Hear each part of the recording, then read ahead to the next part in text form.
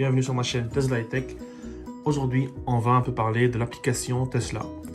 Tout d'abord, on va l'installer sur mon téléphone. Donc il suffit d'aller sur l'App Store ou sur Google Play Store, de rechercher l'application Tesla.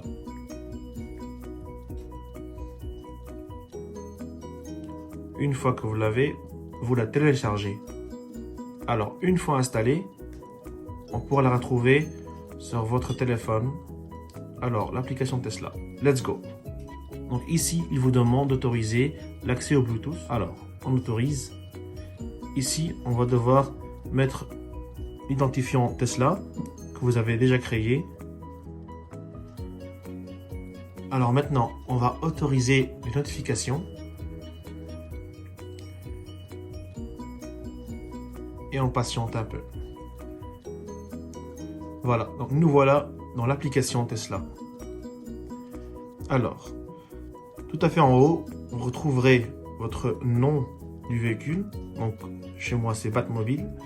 Puis, vous avez votre autonomie restante en kilomètres ou en pourcentage. Et juste en dessous, vous trouverez si votre véhicule est stationné, en mouvement et à quelle vitesse. Donc là, vous avez le coloris de votre Tesla. Alors ici, on a tout d'abord ventilation. Ici, c'est le coffre avant, donc on appuie dessus. Alors ici, la Tesla vous demande si on est sûr de vouloir ouvrir le coffre avant à distance. Donc là, je lui mets non.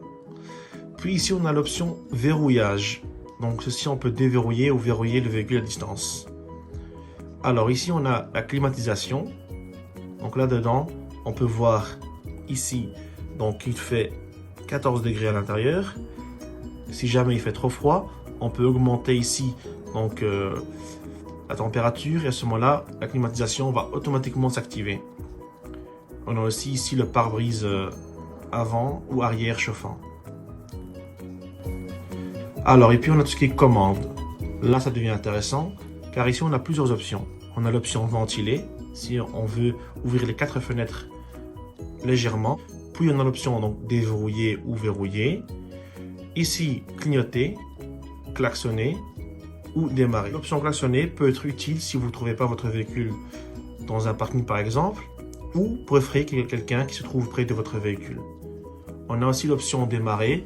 Cela en fait vous permettra donc de démarrer le véhicule à distance. Par exemple, si maintenant quelqu'un veut utiliser votre véhicule, mais vous n'êtes pas à la maison, vous vous trouvez dans un autre pays, dans une autre ville, peu importe, vous allez d'abord déverrouiller le véhicule. Une fois que la personne se trouve à l'intérieur, vous allez en fait donner l'autorisation de démarrer le véhicule pendant 2 minutes. Donc si jamais le conducteur ne réagit pas en déant les 2 minutes, le démarrage va automatiquement se désactiver. Puis on a de nouveau le coffre avant, coffre arrière. Puis on a le mode voiturier, mode sentinelle ou mode de limitation de vitesse. Alors ici on a lieu, donc là vous trouverez l'adresse où se trouve le véhicule précisément. Puis on a sortie auto et là on a l'option de faire une marche avant, une marche arrière ou faire une sortie auto intelligente du véhicule. Malheureusement en Europe nous sommes assez bridés par rapport à tout ça.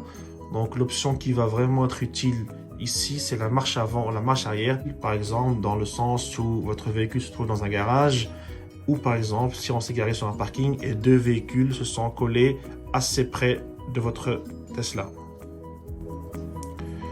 Puis on a mise à niveau, ça c'est la dernière option. Ici on aura l'option de faire un upgrade si possible, si Tesla la propose. Par exemple, dans mon cas, on a une option qui reste encore disponible.